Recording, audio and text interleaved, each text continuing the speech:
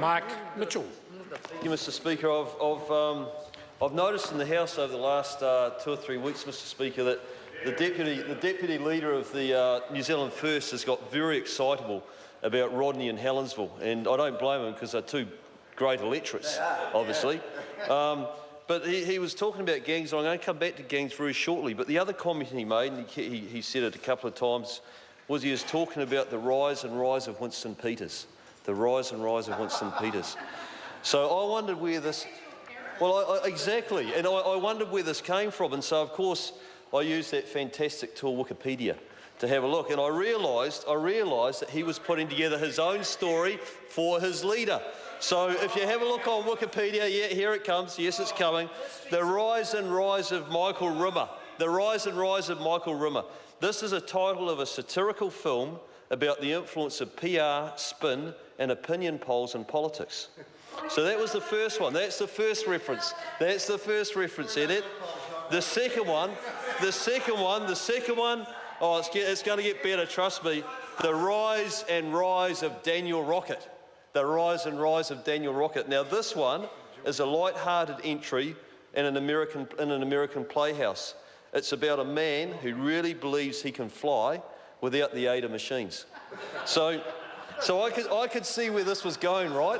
I could see where this was going. So the Deputy Leader of New Zealand First, he's taken these two great stories and he's combined them. He's brought them together with a new title, The Rise and Rise of Winston Peters. And what is this about?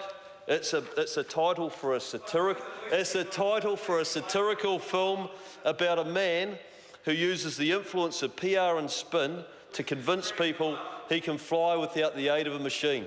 I think that's a very accurate title and a very accurate description for the Right Honourable Winston Peters.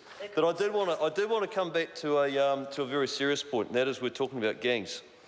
And Mr. Mark made the comment and said that after the Minister of Police had got up and spoken and outlined that there's going to be a very robust program put in place, and I want to acknowledge Minister Ian Tolley as well, who's had a lot to do with this as a past Minister of Police too, and now Social Development, is that we want to keep putting pressure on gangs, because gangs are blood-sucking leeches on our communities and our societies, without a doubt. You might laugh, but actually there's nothing that's a very accurate description of what gangs mean to the communities that they flourish and operate in.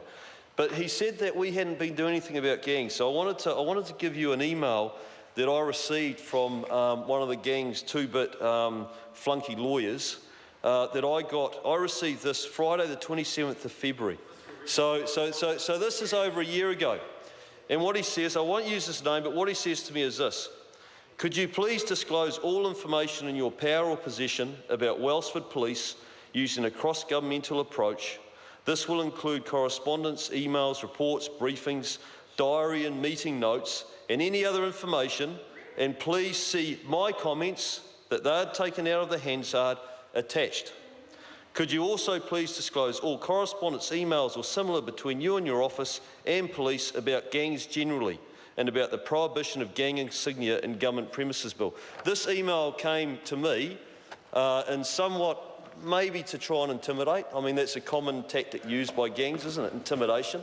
So I wouldn't put it past their flunky lawyers to try the same tactic.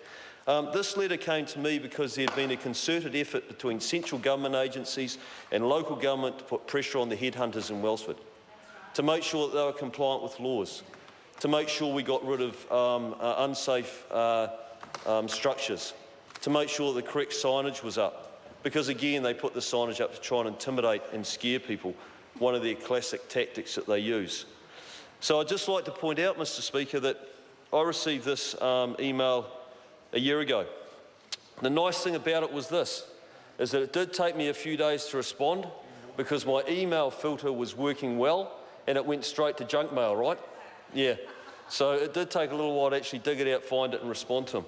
The response was that you're not going to get any of that information. My electorate agents actually do a very important role.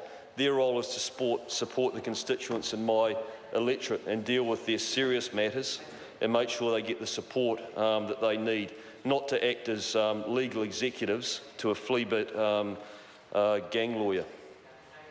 So I just want to finish by highlighting, Mr. Speaker, that I want to congratulate the Minister of Police. I want to acknowledge... I'm sorry to interrupt the honourable member. His time has expired. Thank you, Mr. Speaker.